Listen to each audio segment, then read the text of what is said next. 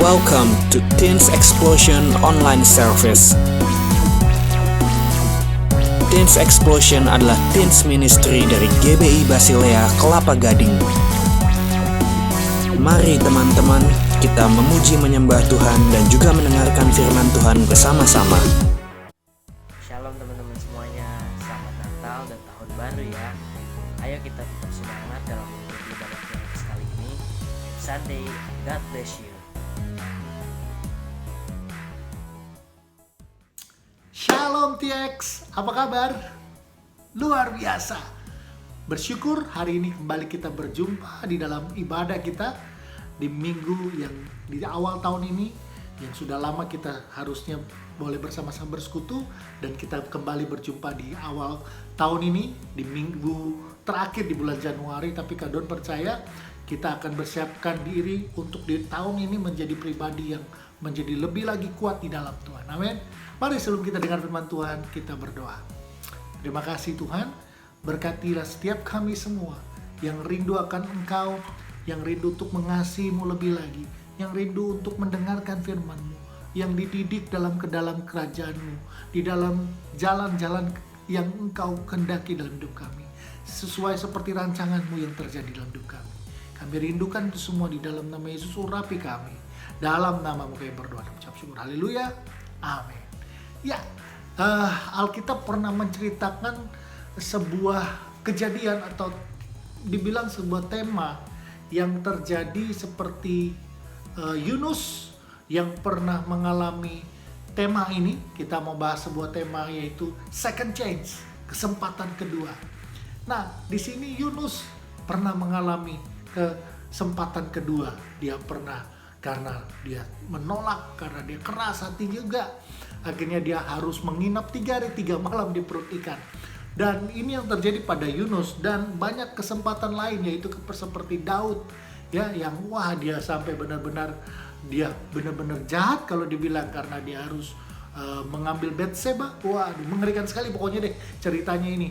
Walaupun itu hanya karena kejadian yang kelihatannya, ini karena dibilang hanya kelihatannya sepele, tapi kalau buat pria ini bukan sepele lagi.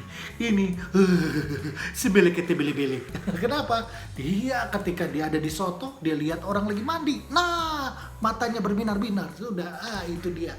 Nah, kalau pria seperti itu. Nah, dengan kejadian itu membuat jatuh lagi Daud. Tetapi yang terjadi, Daud diubahkan Tuhan.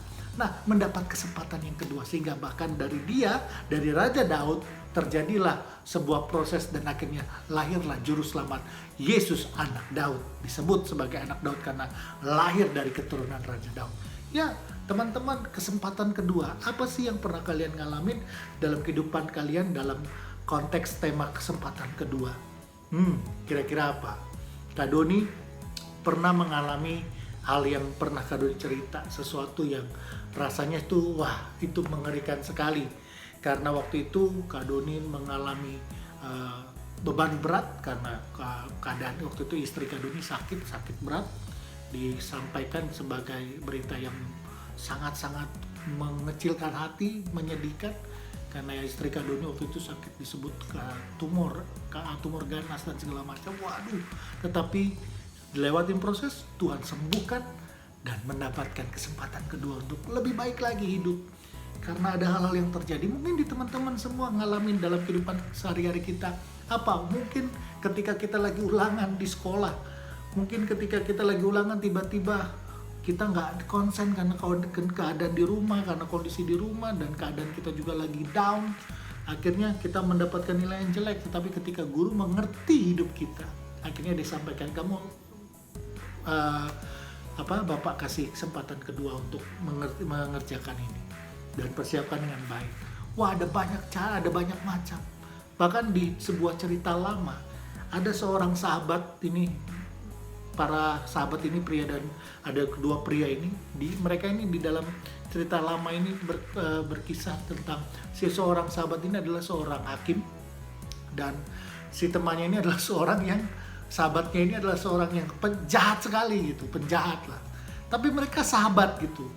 Tetapi si hakim ini, temannya tuh nggak mengerti kalau keadaan si sahabatnya ini, si B itu, sebut saja si B.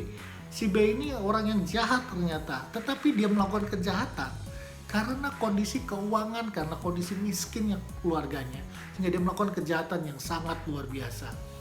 Dan akhirnya si sahabatnya ini, si A yang seorang hakim, itu mendapati sahabatnya ini di depan pengadilan, di hadapannya ketika disidangkan, ternyata dia menjadi seorang narapidana atau seorang yang tersangka yang harus dihukum berat, dan hukumannya hukuman mati. Dan apa yang terjadi ketika si sahabat ini, si A ini, seorang hakim berkata, saya nggak bisa bilang untuk membebaskan kamu karena bukti sudah kuat mengatakan kamu bersalah dan kejahatanmu sungguh luar biasa pada waktu itu. Akhirnya apa yang terjadi? Diputuskanlah oleh sahabatnya seorang hakim ini bahwa dia harus dihukum gantung atau dihukum mati. Dan apa yang terjadi? Karena seorang sahabat ini dia mirip, orangnya mirip-mirip gitu sahabatnya ini. Mukanya mirip, seperti kembaran, tapi ya berbeda, seperti berbeda penampilan. Karena yang satu penampilannya rapi, si hakim ini, yang si sahabatnya ini penampilannya seperti ya koboi-koboi pada umumnya lah gitu ya. Nah, dan teman-teman, apa yang terjadi ketika sudah diketuk palu, sahabatnya harus dihukum gantung atau hukum mati. Si sahabatnya sedih, tapi mau bagaimana? Dia juga bingung karena dia harus lakukan ini karena kondisinya yang miskin. Pada malam hari di penjara untuk mempersiapkan diri besok untuk digantung, dihukum gantung. Sahabatnya ini, seorang hakim, datang ke penjara tanpa diketahui, dan dia ceritakan apa yang terjadi. Si sahabatnya ini yang seorang penjahat, bahwa kondisinya dia harus menghidupi orang tuanya, dia harus menghidupi adiknya, dia harus benar-benar mensuplai segala yang harus dibutuhkan oleh keluarganya yang miskin, sehingga dilakukan itu.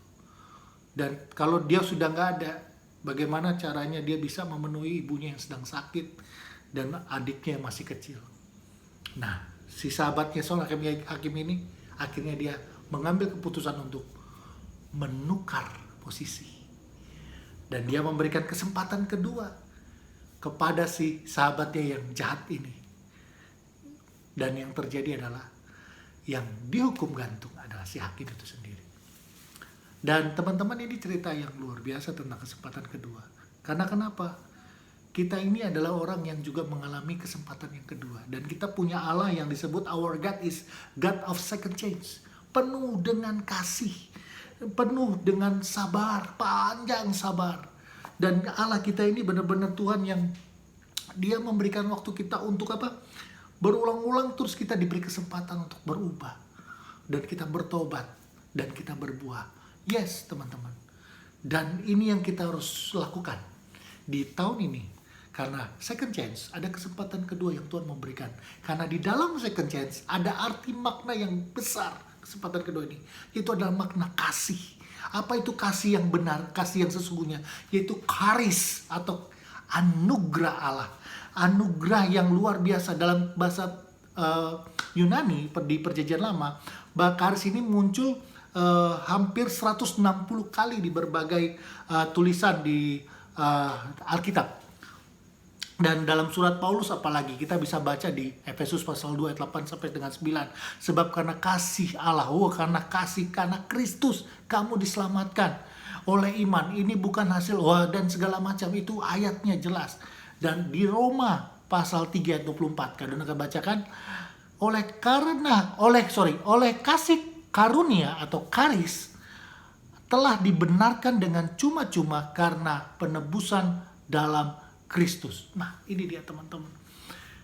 Guys, kita harus tahu bahwa charis atau anugerah adalah sesuatu yang kita terima yang menjadi sebuah makna tentang kesempatan kedua. Karena kenapa? Charis ini memberikan kita kesempatan sehingga yang membuat kita dibenarkan dari yang orang berdosa menjadi layak untuk hidup kekal bersama dengan Allah kita ini hidup. Amin. Charis ini dia. Nah guys, oleh sebab itu kita ini adalah anak-anak Allah yang luar biasa. Kita ini adalah anak Tuhan yang harusnya bersyukur karena kita terus menerima second chance, kesempatan itu. karis anugerah itu buat kita. Sebab itu jangan gunakan dengan sembarangan. Dan kita harus ikutin. Kita harus benar-benar lakukan apa yang Tuhan mau dalam hidup kita. Nah, sebuah cerita yang dikejutkan oleh kesempatan kedua ini adalah Mephiboset. Nah, kalau teman-teman tahu kondisi ini di dalam 2 Samuel pasal yang ke-9. Ini cerita tentang kisah bagaimana Raja Daud yang jelas menggambarkan karis ini dari Allah melalui Raja Daud kisahnya, dan ini turun kepada Mephiboset. Dan pada waktu itu Daud menjadi raja dan di atas wilayah yang sudah dikuasai oleh Daud waktu itu, karena dia menjadi pemenang di dalam pertempuran dan melawan setiap orang-orang yang berlawanan dengan dia. Dan semua pertikaian untuk yang terjadi dalam perperangan tersebut itu selesai udah. Dan akhirnya Daud hidup nyaman bersama dengan rakyatnya. Dan saat itu Daud ingat bahwa dahulu ia pernah mengadakan perjanjian dalam konteks ikat janji dengan sahabatnya, yaitu yang bernama Yonatan, anak dari siapa? Saul. Ya, siapa? Raja Saul, raja yang sebelumnya menjadi raja atas bangsa Israel, dan yang sangat benci dan sangat marah dengan Daud karena merasa terancam posisinya, sehingga dia mengejar-ngejar dan bermaksud untuk memusnahkan dan membunuh Daud, dan berkali-kali dilakukan. Dan ini terjadi. Nah, ini apa yang terjadi ketika Yonatan anak Saul itu ternyata bersahabat dengan Daud, dan ikatan janji ini itu teringat oleh Daud ketika dia sudah mengalami kemenangan, dan kemenangan yang sudah dilewati bersama dengan rakyatnya dengan hidup tentram. Karena kenapa? Pada saat itu kalau ada pertempuran, ketika dia mengalami pertempuran dengan kerajaan A atau kerajaan B, si kerajaan yang satunya harus memusnahkan bahkan sampai ke seluruh keturunan yang ada. Jadi kerajaannya dibunuh, istri, anaknya semua harus dimusnahkan, dibunuh. Dan itu yang terjadi kebiasaan di dalam kondisi pada pertempuran atau peperangan pada saat itu. Nah, ini pada saat itu Daud ingat akan Yonatan. Dia pernah ikat janji dan dia bertanya kepada di sekitar dia pada waktu itu, apakah masih ada keturunan dari Saul yang masih hidup? Dan itu dalam 2 Samuel pasal 9 itu cerita tentang itu ayat 1 sampai dengan 2. Lalu ada seorang yang bernama Ziba yang dahulu pernah menjadi kepala yang dulu pernah bekerja kepada Saul lebih tepatnya. Dan dia datang memberikan informasi kepada Daud bahwa dia tahu ada seorang anak yang bernama Mephiboset, dan ini adalah anak dari Yonatan. Ini dari Alkitab katakan di pasal 9 ayat yang ketiga ya, dari 2 Samuel ini. Nah, dari saat itu Ziba sampaikan, dijelaskan bahwa anak ini cacat. Bayangin, cacat. Dia cacat kakinya dan dia tinggal di rumah di rumah Makir di Lodebar. Nah, ini dia. Dan dengar info ini Daud merasa bahwa wah, luar biasa. Dia sangat sukacita, senang. Kenapa? Karena dia mengingat akan perjanjian ikat janjinya dengan Yonatan. Ternyata masih ada keturunannya yang hidup. Yaitu siapa? Yaitu Mephiboset, yaitu anak dari Yonatan atau cucu dari Saul. Nah, teman-teman, singkat cerita, ini yang terjadi bahwa ketika saat Daud mendengar dan dia akhirnya bertindak untuk menyuruh orang ke Lodebar dan memanggil Mephiboset untuk supaya dia datang kepada Daud, dan Daud menerima dia dengan luar biasa.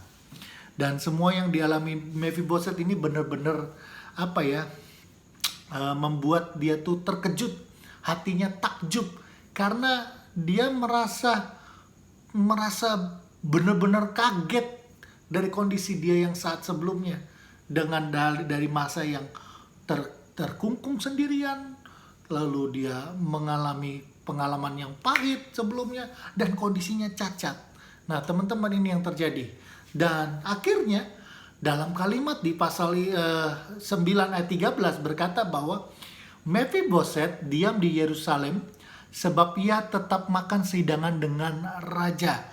Adapun kedua kakinya timpang. Ini menarik karena dia menerima kehormatan yang besar pada akhirnya. Nah, teman-teman, bayangkan ini ada sebuah perjanjian dan ikat janji dengan sahabat Yonatan. Tetapi ternyata yang terjadi adalah gambaran Allah, bagaimana Allah yang our God is God of second chance. Seperti itulah kasihnya yang memberikan anugerah, yang memberikan kesempatan. Dan ternyata itu dilakukan oleh Daud. Dia menaruh kasihnya kepada Mephiboset yang harusnya juga dibinasakan karena menjadi salah satu bagian musuh-musuhnya Daud. Nah, kenapa teman-teman? Ini dia yang penting. Kalau kita mau belajar bahwa bagaimana Tuhan mau kita menerima second chance dan menggunakannya dengan baik-baik. Karena Tuhan mau kita belajar dari sini. Dari kehidupan Mephiboset, Tuhan mau mengajarkan kita bahwa ada keadaan yang akhirnya Tuhan mau merubah keadaan hidup kita. Lihat bagaimana keadaan Mephiboset yang amat memprihatinkan sekali. Bagaimana kehidupannya sebelumnya. Dari namanya saja Mephiboset itu sudah tak artinya sendiri. Itu adalah dari mulutku keluar hal yang memalukan. Bayangin kamu punya nama yang namanya itu adalah waduh, dari mulutmu keluar hal yang memalukan. Artinya, wah, namamu tuh kalau bahasa sehari-hari, namamu tuh comel. Namamu tuh suka ngomongin orangnya. Namamu tuh jelek, artinya itu udah gak enak. Dari nama aja udah gak enak. Dikasih nama Mephiboset. Lalu yang kedua, dia hidup sendirian. Tinggal satu-satunya ini dari keluarga Saul. Dan ini dia tinggal di tempat Makir, itu dia numpang. Dan masih ada seorang yang bernama Makir yang bersedia untuk menerima dia. Dan dia tinggal di Lodebar. Lodebar itu punya arti yaitu tempat yang gersang. Yang di situ benar-benar kering. Wah, bayangkan dengan kondisi dan keadaan. Ini adalah miskin struktural ataupun memprihatinkan struktural. Waduh, kesian. Hidupnya benar-benar memprihatinkan. Namanya udah artinya gak enak, gak bagus. Lalu dia numpang, gak punya keluarga. Dia benar-benar sendirian rasanya. Untung ada yang terima dia. Dan yang ketiga, dia tinggal di tempat yang sulit. Benar-benar gak bisa hidup yang enak. Nah, ini dia keadaannya. Nah, keadaan yang hina, keadaan yang dilupakan orang. Dan bukan itu aja. Dia juga keadaannya cacat, timpang kakinya. Nggak bisa jalan dengan tegap. Bagaimana mau berkata, aku kuat, aku hebat, atau aku bisa. Bagaimana dia jalan aja udah nggak bisa tegap. Lebih banyak menunduk dan malu dan tertunduk, tidak mau melihat orang, dan akhirnya menjadi hidup yang penuh dengan kerendahan diri, hidup yang penuh dengan kesedihan yang membuat hidupnya makin lama makin down. Itu dia kondisinya yang mengerikan sekali. Tetapi inilah keadaan Mephiboset yang sebenarnya seperti keadaan kita, yang mungkin kita hidupnya saat ini lagi benar-benar jauh daripada Tuhan, ataupun ada nih Kristen nih, tapi hidupnya nggak sesuai dengan gambaran orang-orang Kristen yang Tuhan mau. Nah, ini dia mungkin kita kondisinya lagi ada di Lodebar. Kita lagi di tempat yang kering. Kita ada di tempat yang tidak subur atau tempat yang tidak memberikan kita makanan rohani. Kita sering ada di tempat yang sering membuat kita kekeringan. Malah tempat itu adalah tempat di mana kita menjadi hidup penuh dengan pelarian. Mengerikan. Mungkin itu tempatnya adalah tempat main game segala macam, tempat clubbing segala macam, dan tempat-tempat orang-orang yang ada yang melakukan seks bebas, ada yang pijet plus. Ini tempat yang kering. Ngeri sekali. Dan apalagi judi, perjudian. Ini mengerikan. Baru-baru ini Kak Don lagi kedengar dan melayani ada seorang adik yang baru-baru ini benar-benar gara-gara perjudian, gara-gara hal-hal yang ngeri sekali. Bisa dianggap perjudian walaupun ini modelnya modern gitu ya, kayak trading segala macam. Tetapi bayangin bisa sampai bukan uangnya sendiri, dia pakai uang orang lain, dan akhirnya dia terjerumus di situ karena dia kecanduan untuk terus merasakan bahwa wah, sepertinya saya menaruh uang segini akan dapat segini deh. Jadi judi atau gambling atau hal-hal yang terjadi ini akhirnya merugikan sampai ratusan juta. Dan dia merugikan orang lain, dan dia harus mengambil milik orang lain, mencuri milik orang lain untuk dia gunakan untuk lakukan di tempat yang kering tadi. Ini dia mungkin kondisi kita seperti ini, hina. Ketika diketahui kita menjadi orang yang jahat, hina hidup kita. Ketika kita diketahui kamu miskin, karena kamu gak punya apa-apa, kamu gak punya teman, kamu gak punya siapapun saudara. Waduh, kita rasanya sendirian. Walaupun kelihatan penampilan kita fine, I'm okay. It's not my dream, it's your dream. Nah, misalnya kayak gitu. Ini yang terjadi, bisa jadi kita adalah orangnya yang seperti Mephibosheth, gambaran manusia saat ini. Kita harus mengerti bahwa Tuhan mampu mengubah keadaan kita. Seperti tanganmu berkuasa mengubahkan padang gurun menjadi taman Tuhan.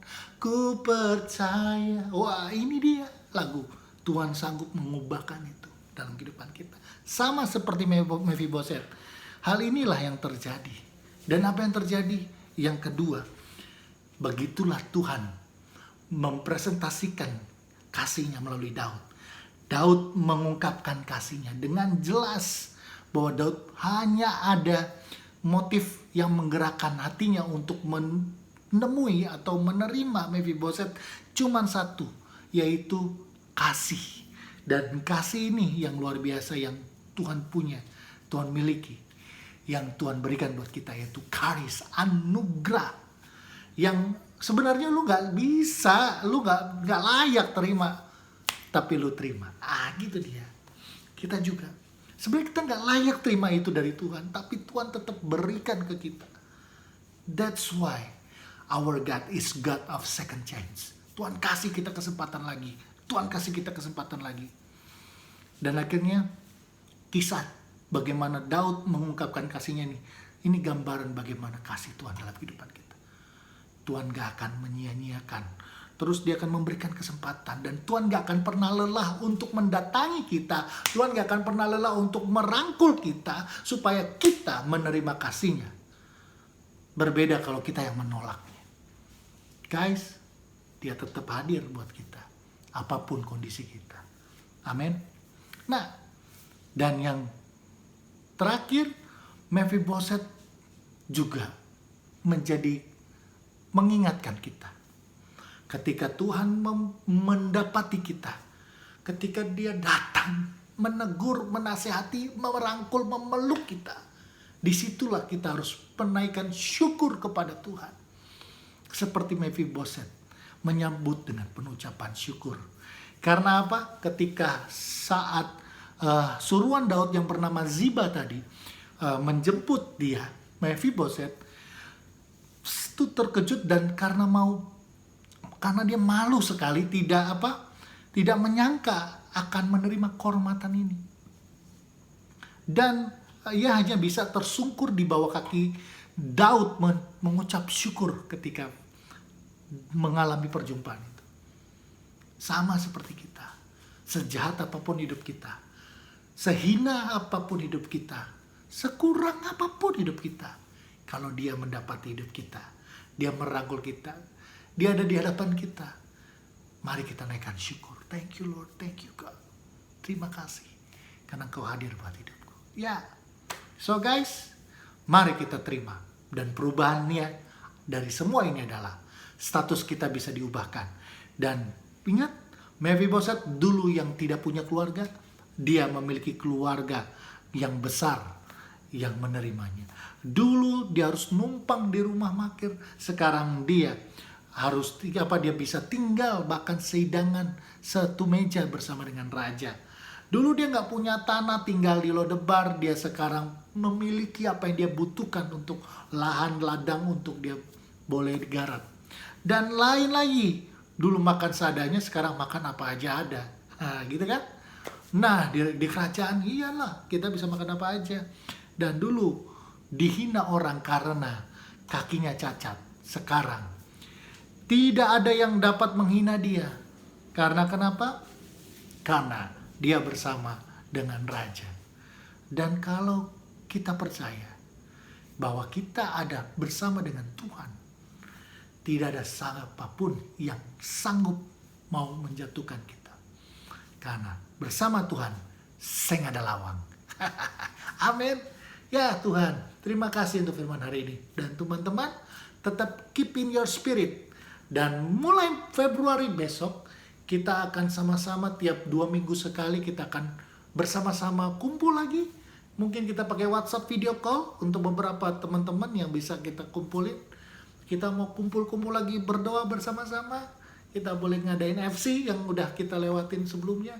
Dan kita boleh menerima bagaimana Tuhan, the God of second chance. Tuhan yang memberikan kesempatan terus buat kita. Supaya kita tidak lupa akan kasih-Nya yang besar. Amin untuk firman Tuhan. Dan kiranya Tuhan Yesus memberkati kita semua. Mari kita berdoa. Terima kasih Bapa. Biarlah berkat-Mu senantiasa tercurah buat setiap anak-Mu. Karena berkat Allah Abraham, Allah Ishak, Yakub yang terus bekerja dan tercurah dalam hidup kita. Dalam hidup semua anak-anak-Mu. Di dalam nama Bapa, Putra dan Roh Kudus. Di dalam nama Tuhan Yesus. Haleluya. Amin. Join us on Teens Explosion setiap hari Minggu jam 11.30 dan pastikan teman-teman ikut pada jam tersebut. Untuk teman-teman yang rindu memberikan persembahan untuk Tuhan, bisa langsung transfer ke rekening GBI Basilea berikut ini.